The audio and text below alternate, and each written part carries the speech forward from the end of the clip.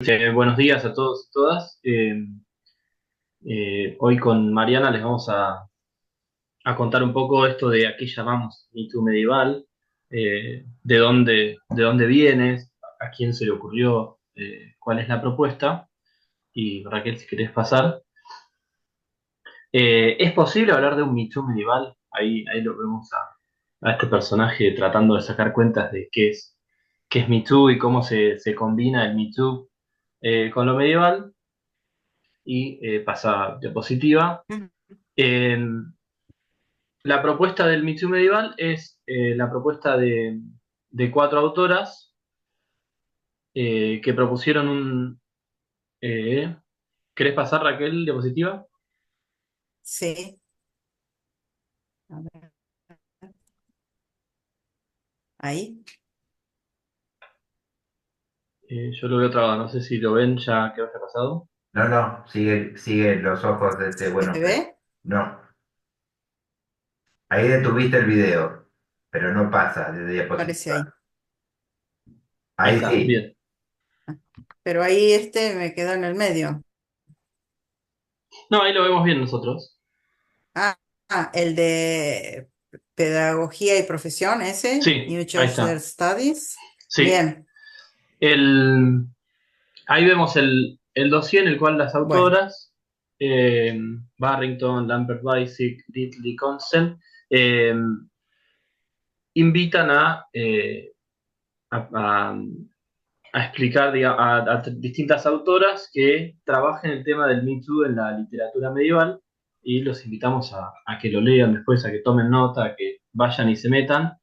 En este dossier van a encontrar la introducción de las autoras que presentan qué es Me Too medieval para ellas y los distintos trabajos de distintas historiadoras y expertas en literatura que eh, abordan el tema del Me Too medieval. Y ahora si querés pasar de diapositiva. ujú. Ahora Ahí yo bien, lo veo. bien, sí, Mm. perfecto.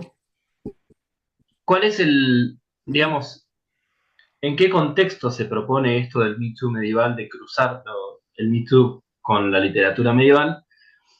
Porque vivimos un contexto cultural en el cual, gracias al movimiento y al fenómeno Me Too, ha cambiado nuestra forma de ver las cosas. Y vemos, por ejemplo, en la literatura y en el cine que se produce en estos días, un, nuevas miradas puestas en, por ejemplo, en la perspectiva de las víctimas o las tácticas o las estrategias que las víctimas llevan para conseguir justicia, para buscar venganza. Y lo vemos, por ejemplo, ahí tenemos Promising Young Woman.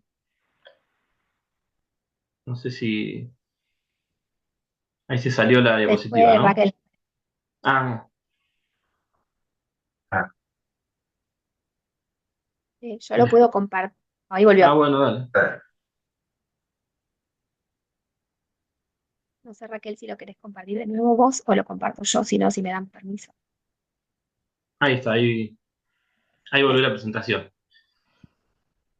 Bien, ahí tenemos entonces Promising Young Woman, que es una película en la que se cuenta la historia de una mujer abusada que emprende venganza, digamos. Y vemos también varias novelas, muchas de las cuales son reediciones de obras literarias medievales y premodernas, en las cuales ha cambiado la mirada de cómo vemos la acción de los sujetos y sobre todo vemos también cómo las obras medievales literarias se retoman para cambiar la perspectiva y las voces para reinterpretar cómo se han visto la violencia sobre las mujeres y demás. Y no solo lo vemos en este contexto cultural en el cual ha cambiado nuestra mirada sobre sobre la violencia contra las mujeres y demás. Si querés pasar a diapositiva, Raquel. Sino que también ahí vemos las autoras hablan de que no solo en el contexto cultural, sino también desde el mundo académico tenemos el trabajo de Caroline Dingo de 1989, en el cual la autora, releyendo a Chaucer, eh, un autor de la literatura medieval muy importante, plantea cómo la lectura y las interpretaciones están socialmente construidas y son respuestas generalizadas a los textos. Es decir, que la autora fue la primera en plantear que había que poner atención a cómo leer los textos medievales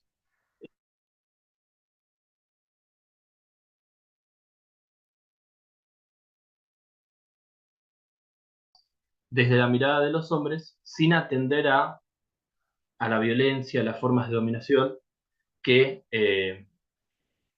estuvieron ahí siempre a lo largo del tiempo y que mantenían esas estructuras de violencia contra las mujeres.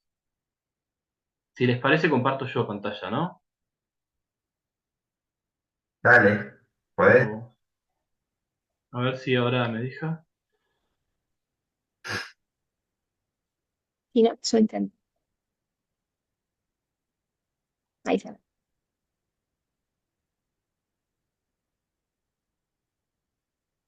¿Ahí lo ven bien? Sí. Bien, estamos por acá. Entonces, como les decía, la autora habla de esto de leer como un hombre y a partir de la lectura de Dingo, podemos hablar de un lector Me Too.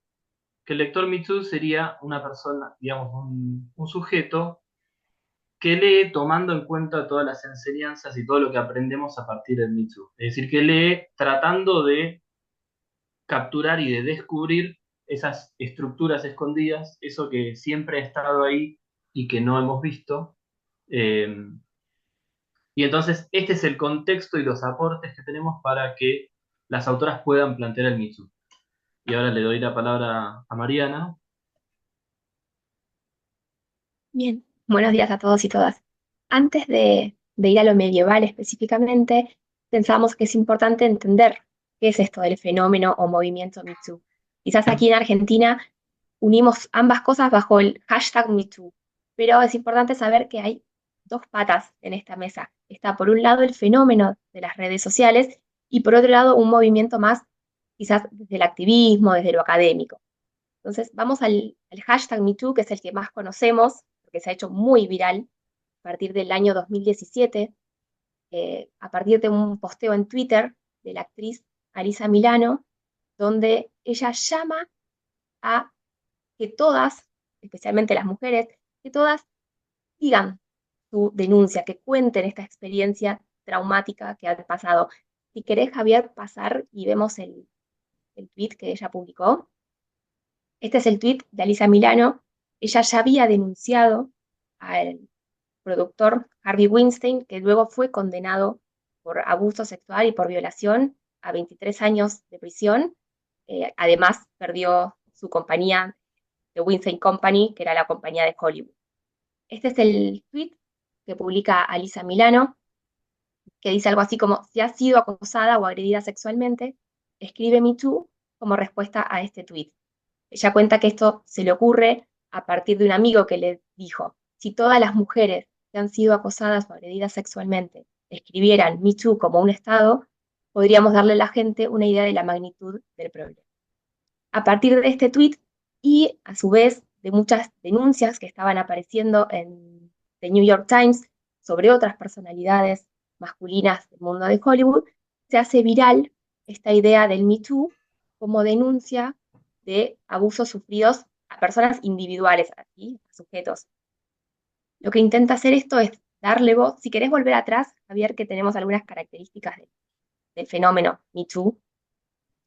Lo que se propone con esto entonces es visualizar estas experiencias, darle voz a estas mujeres que usualmente habían sido silenciadas y cambiar la lógica de los abusos, ¿no? Siempre ha sido considerada una experiencia vergonzosa, culposa hacia la mujer, ¿no? Consultándole esto de cómo estaba vestida, qué es lo que había hecho, cuál es su actividad sexual antes del hecho ocurrido, y intenta cambiarse esta lógica para pasar a otorgarle esa vergüenza, esa culpa al abusador o al acosador.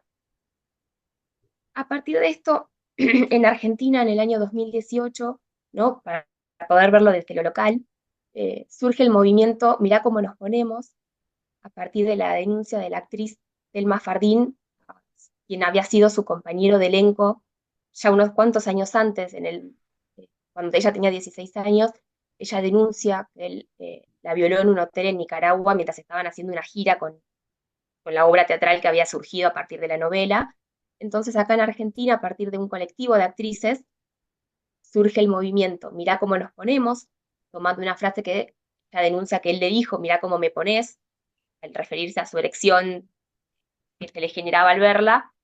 Y este movimiento es cómo se traduce, digamos, ese Me Too global en Argentina a partir del año 2018. Esta es la parte, digamos, del fenómeno virtual de redes sociales. Pero ya unos cuantos años antes, en el 2016, perdón, Tarana Burke, que nació en el Bronx en 1973, es quien idea esta idea justamente del Me Too. Lo que ella cuenta es que ella ya había sufrido muchos abusos, había sido violada por su padrastro desde pequeña, y en una situación que se encuentra donde una niña le cuenta que estaba siendo abusada, ella no sabía qué palabras ponerle a ese hecho tan traumático. Y luego, pensando y repensando esta situación, llega a la idea de que lo que le tendría que haber dicho es Me Too, y apelar a esa víctima desde la empatía, desde el entender al otro. Entonces, este es el movimiento quizás más activista y no ya solo de las redes sociales, si bien surge en MySpace, que era una red social que ahora ya es vieja, eh, pretende esto, ¿no? Empoderar a las mujeres a través de la empatía, desde el acompañamiento.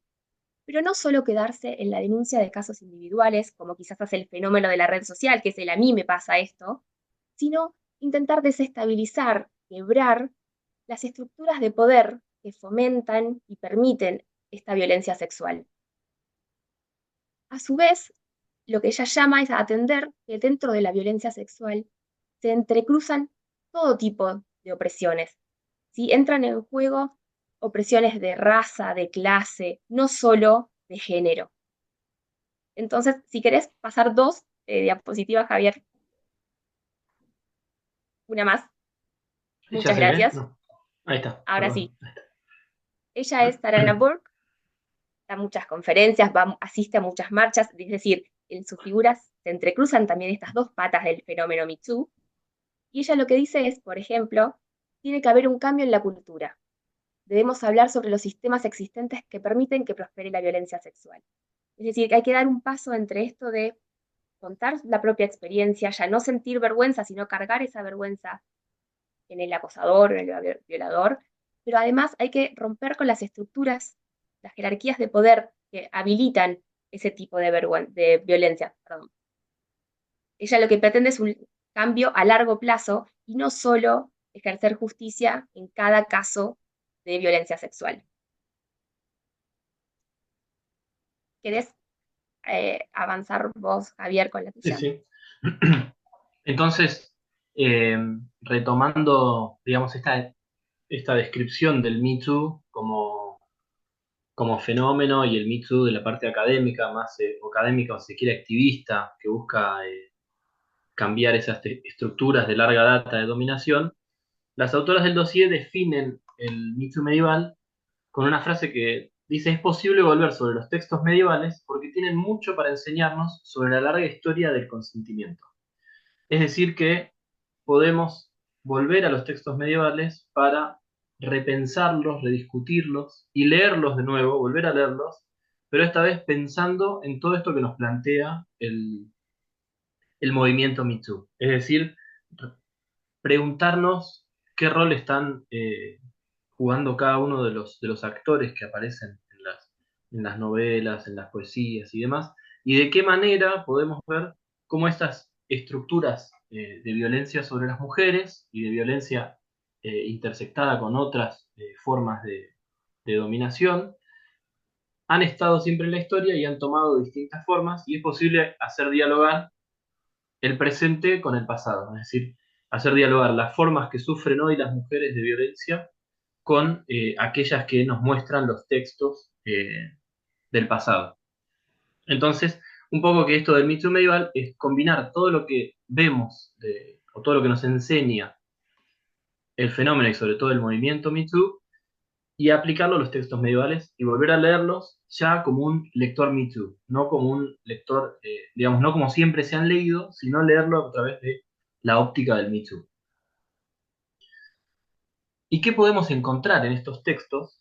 Claramente, esto no es algo acabado, sino que, eh, digamos, cada vez creo que se pueden encontrar nuevas formas de violencia, de dominación, de silenciamiento, pero básicamente podemos ver cómo la violencia sexual está profundamente arraigada en las estructuras de poder, es decir, cómo no se trata de fenómenos individuales, sino que es algo colectivo y algo que está arraigado en un fenómeno de larga duración. También podemos ver las formas de resistencia, es decir, cómo las mujeres pueden tener estrategias de resistencia y la efectividad que tienen o que han tenido estas formas de resistencia. Podemos ver también los límites de la resistencia individual, es decir, de qué manera el actuar de manera individual presenta límites si no, eh, si no nos replanteamos este tema más estructural de la violencia. Y podemos ver también el poder de las mujeres para burlar en determinadas circunstancias a los depredadores sexuales. Es decir, que tenemos como distintas opciones, ¿no? Vamos a encontrar una gran variedad de temas. Es decir, no solo vamos a ver la violencia en sí, sino que formas de resistencia y también algunas estrategias en las cuales las mujeres logran burlar a quienes les quieren hacer daño. Y ahora, ¿cuál es el para qué del Me Too medieval?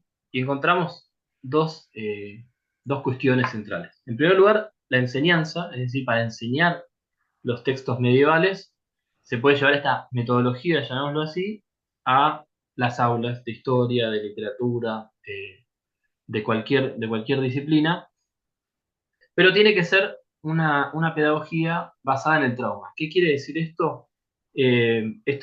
Profundizando esto de lo que hablaba Mariana de la empatía. Es decir, tiene que primar ponerse en el lugar del otro y tener conciencia de que al enseñar estos textos y esta mirada sobre estos textos, muchas veces gran parte de nuestra clase, de nuestra audiencia, va a haber sufrido alguna forma de abuso, de violencia, con lo cual hay que tener un especial cuidado al tratar estos temas, pero a su vez apoyarse en las experiencias personales para poder resignificar el significado de los textos eh, y llevar así a un aprendizaje significativo.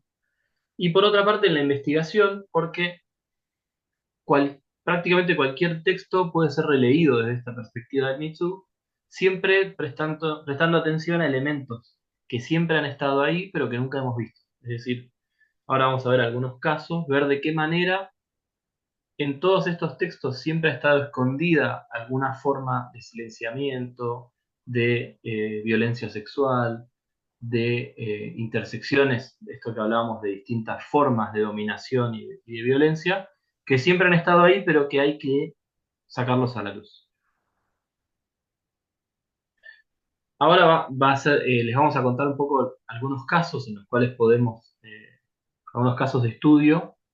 Y el primero de ellos son las pastorelles. Las pastorelles son una forma de poesía medieval del siglo XII y XIII, muy, muy típica, en las cuales se da un encuentro entre un caballero o un clérigo, es decir, alguien de una posición alta, que se encuentra con una pastora y que, digamos, siempre el caballero o el clérigo la aborda verbalmente y la quiere convencer de algo y se da una especie de diálogo en la cual hay un intercambio entre este personaje de una posición más elevada y la pastora.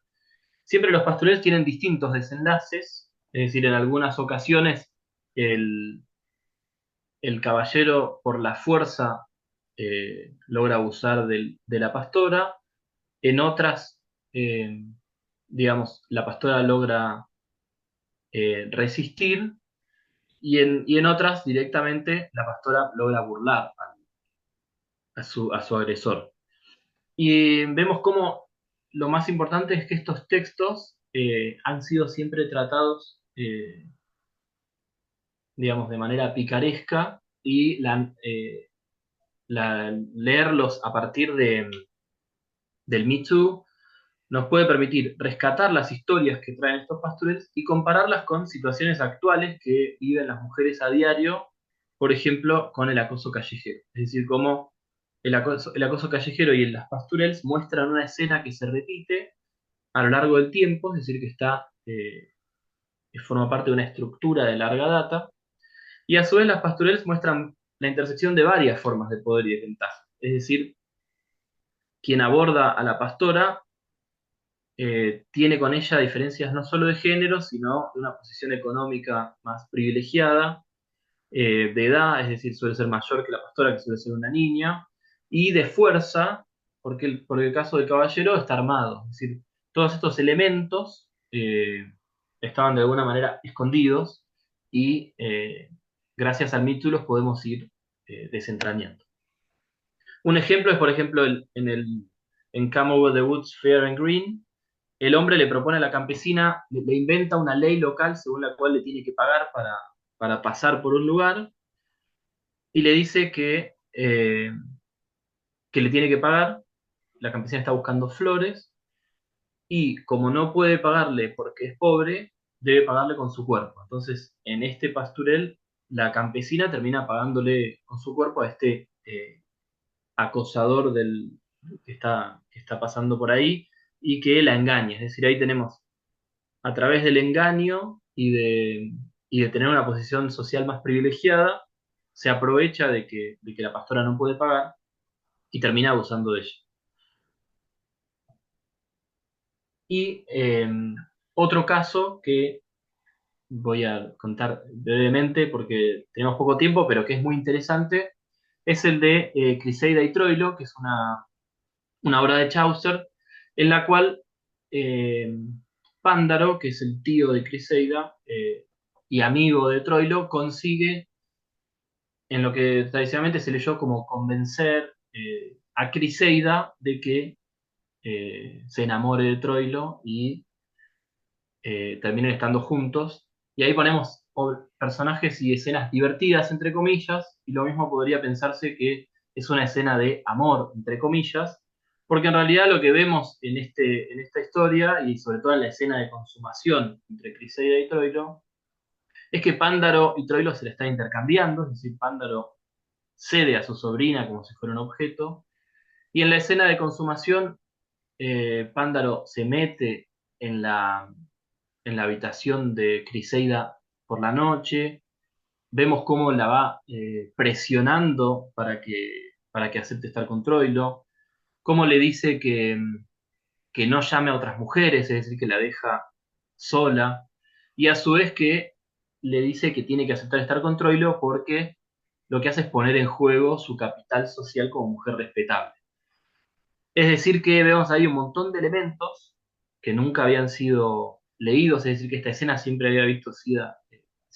había sido mirada de una manera benigna, y en realidad la escena pone la responsabilidad de la consumación en Criseida y en cómo actuó y en cómo no rechazó a Troilo, y en realidad vemos cómo en realidad Pándaro y Troilo son cómplices de presionarla y de obligarla a terminar consumando con Troilo.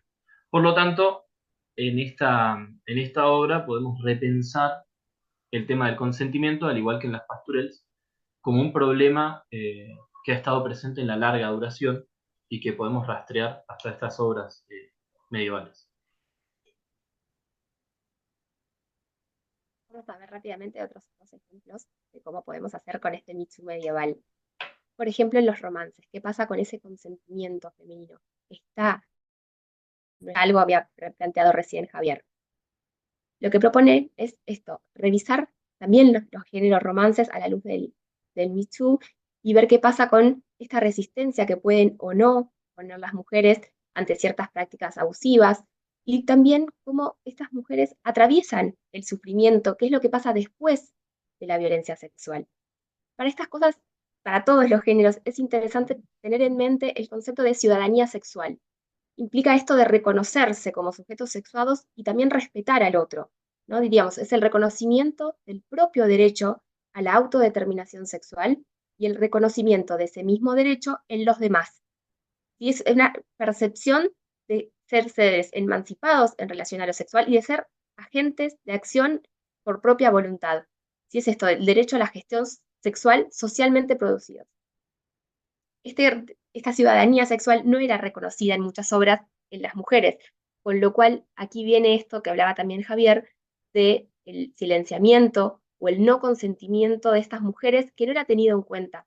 ¿Sí? En algunos casos no hay un no dicho, pero sin embargo no hay ningún tipo de atención a si debe o no haber consentimiento de la mujer.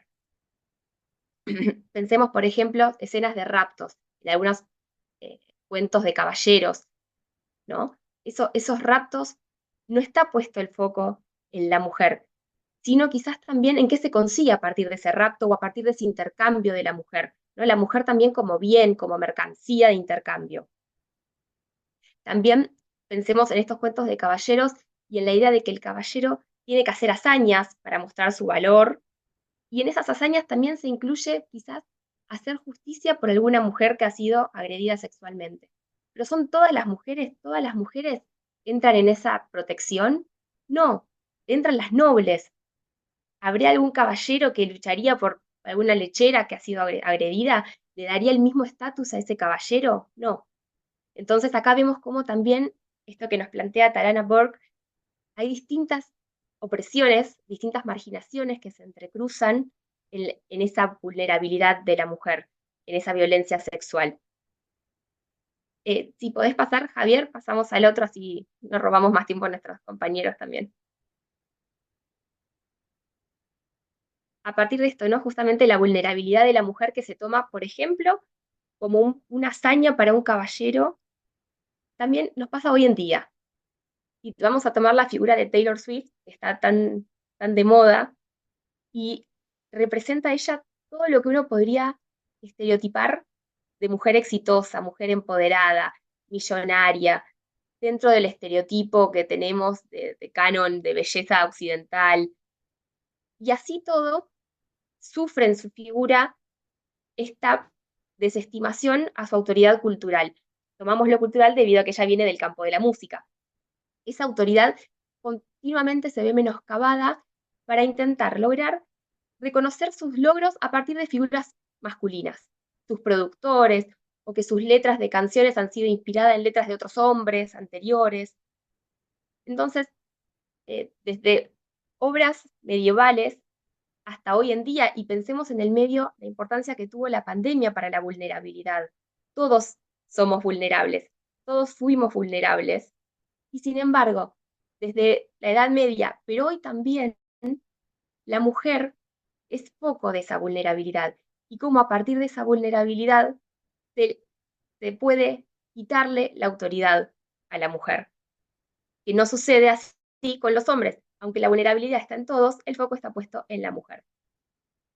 Hoy también es el foco que queríamos poner. Entonces, ¿qué es lo que pasa cuando hoy, frente a estas acciones violentas, decimos que es una conducta medieval, una representación medieval? Usamos medieval como adjetivo peyorativo o negativo para describir ciertas situaciones de violencia sexual. Esta es una idea deudora o influida por las ideas de la Ilustración, que consideraba a la humanidad en una serie de progreso con la razón, iniciando ese progreso, y a la Edad Media como si fuese una etapa de infancia, donde todavía no podían controlar ciertos impulsos, una etapa cargada de salvajismo, de barbaridad, con lo cual se toman esas ideas para hoy decir que una conducta fue medieval. Sin embargo, lo que estamos viendo es que eso no es así. Hoy en día tenemos las mismas conductas debido a sistemas de poder que permiten que se perpetúe ese tipo de violencia sexual, en la que se entrecruzan diferentes tipos de opresión. Tenemos una cita, es un poco larga, pero nos pareció que sintetiza un poco todo esto que estuvimos diciendo nosotros como cierre, y también sirve de apertura a lo que van a presentar nuestros compañeros. Se las leo rápidamente, así ya damos paso a los demás.